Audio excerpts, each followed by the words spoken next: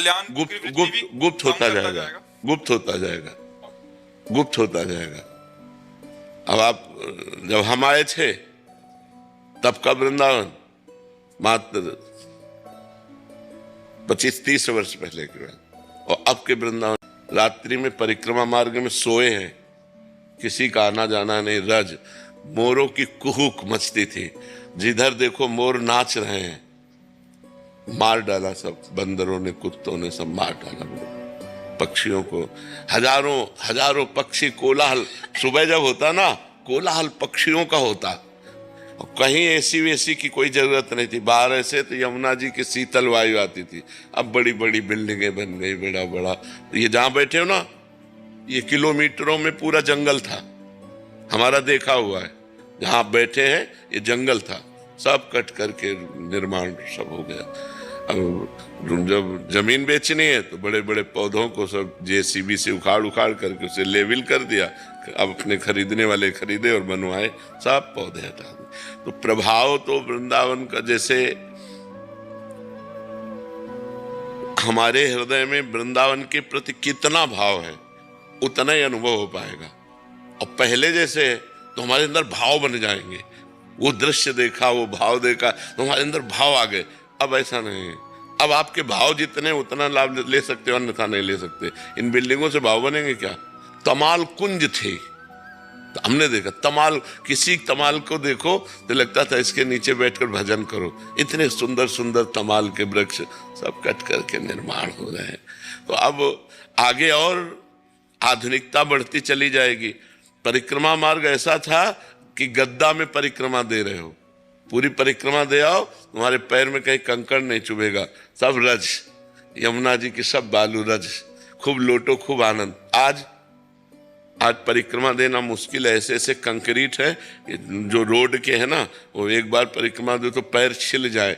दंडवती तो दे ही नहीं सकते उसमें, बिना वो मैट, हाँ, बिना वो लगाए आप दे ही नहीं सकते। बड़ी समस्याएं आ रही। अब देखो, पहले था कि लोग जगह जगह मीठा जल लिए पिलाते थे, हैंड पैप थे, कुआं थे, जगह जगह बड़े बड़े नांद बने थे जिनमें घूमने वाली गौएं पानी पीती थी।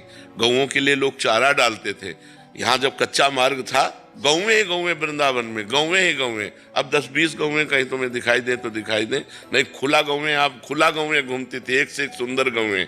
तो समय जैसे जैसे परिवर्तित होता जाता है ना, हमारे ब्रजमंडल में मानुष, ये प्याज, लहसुन, ये चीजें सब निषेध होनी चाहिए। ये भगवान का परम धाम है। शराब, ये सब चीजें निषेध होनी चाहिए, भगवान का धाम है। इस धाम तो धीरे धीरे बच्चा, अब लोग पिकनिक मनाने आते हैं, सांसारिक व्यवहार करते हैं, पाप कमाते हैं, फिर यहाँ से चले जाते हैं। व्रत, नियम, संयम, तपस्या, भजन का धाम है ये व्यभिचार का धाम थोड़ी, गंदी बातों का धाम थोड़ी है। तो अब संसारिकता बढ़ती चली जा रही है। धीरे धीरे धीरे धीरे महिमा तो वैसे ही रहेगी, पर हमारे जितने भाव होंगे उतना ही हम ले पाएंगे। और पहले था कि हमारे अंदर भाव पैदा हो जाते थे। देखो तो वैष्णव की मंडली कीर्तन करे तो भाव नहीं पैदा हो जाए। मोर नाच रहे हैं, कुहुक रहे हैं, लताएं झूम रही हैं, आसपास लताएं हैं, बीच में संत की कुटिया है, संत के पास जाओ, देखते ही वैराग्य और भक्ति। तो वो जो चीजें हैं वो धीरे धीरे सब बदलती चली जा रही हैं। अगर हम प्राकृतिक लता के नीचे बैठकर यही सत्संग प्रवचन करते होते, कोई लता मान लो बहुत बड़ा बरगद का पेड़, फिर आप उसके परमाणु देखो, तुम्हें बैठते ही एक परमानंद की अनुभूति हो जाए। अभी तो यहाँ मान लो भागवतिक परमाणु तो शांति मिल रही थोड़ा, नहीं तो ये सब दीवालों से, ईंट पत्थर से शांति थोड़ी मिलती है। अभी लताएं, 4-6 लताएं, उनके नीचे बढ़िया लिपा पोता हो गऊ के गोबर से, और फिर बैठ करके हम प्रवचन करें, आप सुनो, देखो कैसा लगता है। कितना प्रैक्टिकल है प्रभु आप। मैंने बहुत सुना है यूट्यूब पे कई प्रोग्राम से, बहुत मैं आज तक में कई लोगों से मिला हूँ, लेकिन जिस तरह से आप प्रैक्टिकल बताते हैं, बिल्कुल नहीं, उसका हमने देखा, उसका स्वाद लिया है ना हमने। जैसे हम गंगा किनारे रहे, सैनपुर में, कई जगह ऐसी रहे, तो जब लताओं के नीचे मान लो 100 लोग बैठ गए और बिना माइक के ऐसे ही बोल रहे, उस समय जो वायुमंडल बनता है भागवतिक, देखो पूर्व में जहां भी कथा हुई, बोले भगवान शंकर कथा कह रहे हैं, वट वृक्ष के नीचे पार्वती जी और सब गण सुन रहे हैं, काकभूषण जी कथा कह रहे हैं, अलग अलग जहां जहां भी लता पता वृक्ष समुदाय। अब वो सुख जो अध्यात्म का सुख है, अब जैसे 88,000 ऋषि नैमिषारण्य में कथा सुन रहे हैं और सूत जी कथा सुना रहे हैं, उस समय माइक थोड़ी था। कितनी शांति थी कि 88,000 ऋषि एक महात्मा की बात को सुन रहे हैं बिना माइक के। 88,000 केवल ऋषि, शौनक जी आदि 88,000। कितना आत्मबल, कितना अध्यात्म बल प्रवक्ता में था कि 88,000 लोगों के कानों में आवाज जा रही और सब शांत होकर भगवान की चर्चा सुन रहे हैं। तो हमने छक छक करके गंगा जी का जल पिया है, यमुना जी का कमंडल से ऐसे जल पिया है 25-30 वर्ष पहले। यही कमंडल ऐसे गए और कमंडल भरा और यमुना जल पिया, ऐसे पिया है। अब आप आचमन नहीं कर सकते। 30 वर्ष में ये हालत हो गई कि आप आचमन नहीं कर सकते। बहुत दिल्ली का तो हाल और ही बुरा। हाँ, तो अब आप देखते जाओ प्रकृति कैसा परिवर्तन करती चली जा रही है। महाराज जी, असफलता से सदा भय रहता है, तो इसे कैसे निपटें? भगवान का नाम जप करो। जितना नाम जप आपके अंदर एकत्रित होगा उतने पाप नष्ट होंगे, जितना पाप नष्ट होगा उतनी सफलता होती चली जाएगी। पाप ही हमारी असफलता का कारण बनता है। हम जितना मेहनत करते हैं, जिस डिपार्टमेंट में करते हैं, उसके अनुसार यदि हमें सफलता नहीं मिल रही तो हमारा पूर्व पाप हमें दुख देने के लिए तत्पर है। हमको इतना भजन करना चाहिए कि पूर्व का पाप नष्ट हो जाए, वर्तमान हमारा आनंदमय हो जाए। भजन, बिना भजन के कुछ नहीं होगा। खूब नाम जप करो भगवान का तो सफलता हाथ लग जाएगी। महाराज जी, आप कह रहे हैं कि आपकी इष्ट के प्रति आपकी अपार श्रद्धा है और कई बार उनकी कृपा भी महसूस होती है, पर ये कह रहे हैं कि कोई भी चीज घटना घटनी हो, इनको स्वप्न में या इनको एहसास हो जाता है। तो महाराज जी, बट जब इनके माता पिता की पहले इनको पता लग गया था, तो जब उनका बचा नहीं पाई उनको, तो बहुत उदासीन हो गई। तुम क्या बचा सकते हो? ब्रह्मा भी नहीं बचा सकते। तुम क्या बचा सकते हो? ब्रह्मा भी नहीं बचा सकते। अगर आयु पूरी हो गई तो ब्रह्मा भी नहीं बचा सकते। तुम तो एक मनुष्य हो। थोड़ा पवित्र हृदय होता है तो भागवतिक संकेत होने लगते हैं, लेकिन भगवान थोड़ी बन जाओगे कि सृष्टि कर लो या सृष्टि को प्रलय में पहुंचा दो या सृष्टि का पालन कर लो। वो तो केवल भगवान के हाथ में है। संकेत आना, स्वप्न आना थोड़ा पवित्र हृदय का संकेत होता है और कोई खास बात नहीं है। किसकी ताकत है कि किसी की मृत्यु को बचा सके? सुनो भरत भावी प्रबल, बिलख कहो मुनिनाथ, हान लाभ जीवन मरण जस अपजस विधि हाथ। ये भगवान के हाथ में, तुम्हारे हाथ में थोड़ी कि किसी की तुम रक्षा कर लो। हाँ, तुम्हें सुयश प्राप्त होना है तो किसी की रक्षा का संयोग बन सकता है कि आप लगेगा कि आपने रक्षा कर ली, लेकिन उनकी मृत्यु नहीं थी। आपका संयोग बनकर के उनकी रक्षा का नाटक होना था, इसलिए रक्षा हो गई। नहीं, किसी की ताकत नहीं है कि जो विधना ने लिख दिया छठी राव के अंक, राई घटे न तिल बढ़े रहु रे जीव निसंग।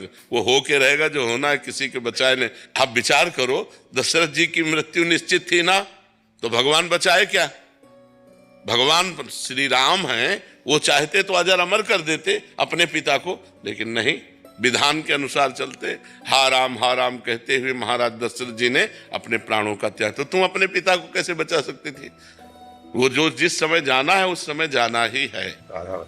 राधे राधे महाराज जी। महाराज जी, मनुष्य का प्रारब्ध उसके कर्मों का फल है, किंतु राष्ट्र का प्रारब्ध नियति द्वारा तय होता है या उसमें रहने वाले लोगों के कर्मों का? सब कर्मों का, सबके अलग अलग कर्म जब एकत्रित होते हैं, जैसे एक प्रांत के कर्म का अब परिणाम एक साथ भोगना है, तो मिसाइल गिरेगी पूरा प्रांत नष्ट हो जाएगा। क्योंकि वहां उस समय, अब जैसे 20 आदमी मरने हैं यहाँ, तो अलग अलग प्रांत से 20 आकर एकत्रित हुए, एक साथ मरना है, वो एक साथ मारे जाएंगे। उन सब का प्रारब्ध को उपस्थित, बिना मृत्यु स्थान और मृत्यु समय तय हुए कोई मार नहीं सकता। जैसे हमारा मृत्यु स्थान तय है कि हमको वहां जाके मरना है, और मृत्यु समय तय है, और मृत्यु का कारण तय है कि इस निमित्त से इस समय इस स्थान पर इस जीव की मृत्यु होगी, वैसे ही विधान बन जाएगा और वैसे ही मृत्यु हो जाएगी। समझ पा रहे हैं? तो जीव का प्रारब्ध जब बहुत जीवों का एक जैसा एकत्रित होता है तो फिर वैसे ही प्रांत के प्रांत को दुख प्राप्त होता है।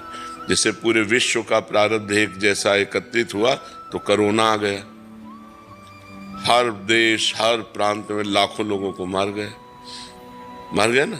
तो पूरे विश्व का प्रारब्ध एक हो गया उस समय, विश्व का प्रारब्ध। अब जैसे पूरे परिवार का प्रारब्ध एक हो गया, एक आदमी ने गलत काम किया पूरा परिवार पीड़ित हुआ, रिश्तेदार नातेदार सगे संबंधी सबके डंडा चले, कहाँ है बताओ। तो एक आदमी का पूरा प्रारब्ध जब और प्रारब्धों से मिला तो वो संयोग बना करके ऐसे कष्ट दे देता है। बिना निजकृत कर्म के कोई दंड नहीं दे सकता है। हमारे कर्म जब जुड़ेंगे तभी हमको कष्ट मिल सकता है, अन्यथा नहीं मिल सकता है। महाराज जी, भौगोलिक क्षेत्रों का विस्तार कैसे नीति से तय है? जैसे भारत का पहले गुप्त युग में बहुत बड़ा था, अभी पहले पूरा भारत ही था और कुछ नहीं था। अजनाब खंड कहते थे, चक्रवर्ती सम्राट, जहां से सूर्योदय होता है जहां से सूर्यास्त होता है, एक देश था केवल। अलग अलग द्वीपों का जो विभाग हुआ, महाराज ऋषभ देव जी ने अपने पुत्रों को विभाजित किया, 9 द्वीप। फिर उन द्वीपों का 9 विभाग हुआ। फिर धीरे धीरे धीरे धीरे भारत का और विभाग हो गया, पाकिस्तान बांग्लादेश और विभाग हो गया। नहीं तो पूरा विश्व भारत देश था। पूरे विश्व का एक ही राष्ट्र का, पूरे विश्व का एक सम्राट होता था। छोटे छोटे राजा अलग अलग प्रांतों के होते थे, वो कर लेकर के राजा को देते। जैसे चक्रवर्ती सम्राट महाराज दशरथ, चक्रवर्ती सम्राट महाराज युधिष्ठिर, सब धनुष की नोक पे सबको झुका करके जो विश्व में आगे बढ़े उसे सम्राट कहते हैं। तो वो सम्राट बादशाह होता था और बहुत से राजा उसकी सेवा में उपस्थित होते थे। तो पूरे विश्व का एक ही भारत पूरा विश्व है। हमारे शास्त्रों में पूरे विश्व का, जैसे भगवान ऋषभ देव तो पूरे विश्व के शासन करता थे, उसमें कोई और नहीं था, सब अधीन थे। अब धीरे धीरे धीरे जैसे समय आया, भगवान ऋषभ देव ने अपने 9 पुत्रों को बांटा, 9 द्वीप। फिर एक द्वीप के 9 द्वीप हुए, 9 विभाग हुए, फिर उनके राजा हुए। फिर एक एक द्वीप, जैसे अपना जम्बू द्वीप है तो जम्बू द्वीप के विभाग हो गए, तो ऐसे विभाग होता चला गया। अच्छे बुरे, अभी आप कह रहे थे अच्छे बुरे सब उसी में मारे जाते हैं। नामदेव जी ने कुत्ते में भगवत भावना की तो कुत्ते से विट्ठल भगवान प्रकट हो गए। एक नाथ जी गधे में भावना की तो वहीं रामेश्वर भगवान प्रकट हो गए। हम जब ये जानते हैं सनातन धर्मावलंबी कि कोई कण ऐसा नहीं जहाँ मेरे भगवान ना हो, तो जो जहाँ पूजा कर रहा है वो अच्छा है, उसको हमारी दृष्टि में सब भगवान की पूजा हो रही है। अब वो क्या भावना कर रहा है मेरे से मतलब नहीं, मेरी भावना शुद्ध है, हमें अपनी भावना को देखना है। समाज की भावना क्या है वो हम तुम बदलना चाहें तो नहीं बदल सकते, हम अपनी अपनी भावनाएं बदलना चाहें तो बदल सकते हैं। हमारी ऐसी सोच है। क्यों? हम आपकी भावना बदलना चाहें तो नहीं बदल सकते, आप अपनी भावना बदलना चाहें तो बदल सकते हैं। हमारी बात सुनकर, हमारे संतों की बात सुनकर, हमारे शास्त्र की बात सुनकर के। तो हमें लगता है हमें अपना सुधार करना चाहिए, हमको दंभ पाखंड नाटक से मुक्त होना चाहिए, हमको सच्ची भक्ति स्वीकार करनी चाहिए। तो आपके संग से ये सुधर जाएंगे, और 2 के संग से 3 सुधर जाएंगे, 3 के संग से 30 सुधर जाएंगे, 30 के संग से पूरी समाज सुधर जाएगी। अगर हम सुधरना शुरू करें तो पूरी समाज सुधर जाएगी। हमारी सोच ऐसी है। क्यों? क्योंकि हम ऐसे एक दूसरे के ऊपर दोषारोपण देखना शुरू करें तो हमारा अंतःकरण मलिन हो जाएगा। वहाँ क्या होता है वो तो बात अलग है, हमारा अंतःकरण मलिन हो जाएगा। परदोष दर्शन, परदोष श्रवण और परदोष चर्चा, ये जितना अंतःकरण को मलिन करती उतना कोई और कर्म नहीं करता। ये बहुत जल्दी अंतःकरण को मलिन कर देती। तो हम किसी के दोष देखें ही ना, हम शुद्ध मार्ग में चलें और जो हमारे संगी साथी हैं उनको शुद्ध मार्ग में चलाएं तो धीरे धीरे हमारा समाज सुधर जाएगा। देखो, जिसको धन की प्रधानता होती है वहां दंभ पाखंड घुस ही जाता है, और जहां भगवान की प्रधानता होती है वहां किसी का प्रवेश नहीं होता, वहां इन दोषों का प्रवेश नहीं होता। क्योंकि भगवान घन है, सच्चिदानंद घन, तो घन में प्रवेश की गुंजाइश नहीं होती। तो हम भगवान की शुद्ध भक्ति करें। आप भगवान का नाम जप कीजिए, आप श्रीमद् भागवत का सप्ताह पारायण करवाइए, आप गौ सेवा कीजिए, आप लोगों को परोपकार कीजिए, आपका मंगल अपने आप हो जाएगा। आप पाप कर्म करेंगे तो आपको दुख भोगना पड़ेगा, पुण्य कर्म करेंगे तो सुख भोगना पड़ेगा। शास्त्र तो खुली बातें बताता है। हम कह रहे हैं नाम जप करो, नाम कीर्तन करो, भगवान की कथा सुनो, भगवान की कथा करवाओ, तो आपके अंदर जब भगवत उत्साह करोगे तो पाप नष्ट हो जाएंगे, आपका सुख बढ़ेगा। निज कृत कर्म भोग सुन भ्राता, अपने कर्मों का तुम्हें भोग भोगना पड़ेगा। तो अच्छे कर्म करो, नाम जप करो, समाज में एक दूसरे का हित करो, पाप कर्म से बचो, अपने आप सुखी हो जाओगे, अपने आप सुखी हो जाओगे।